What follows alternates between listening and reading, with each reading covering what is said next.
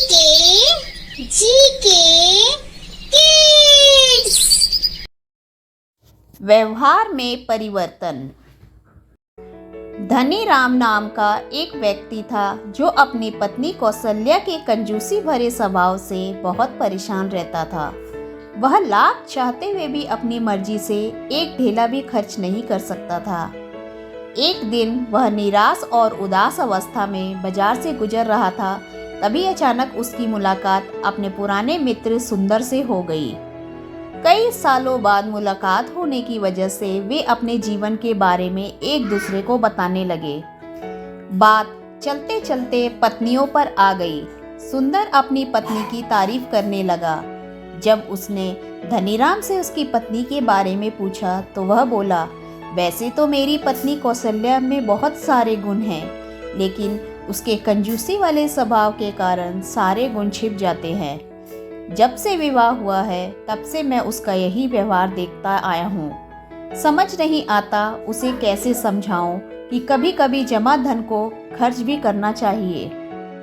धनीराम की बात सुनकर सुंदर ने उसे अपने घर ले चलने को कहा। धनीराम उसे अपने घर ले गया।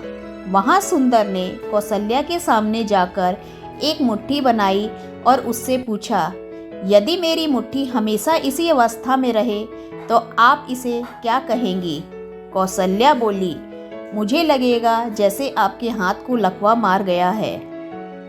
सुंदर ने अपनी हथेली पूरी तरह खोल दी और पूछा, यदि इस अवस्था में हाथ रहे तो आपको क्या लगेगा?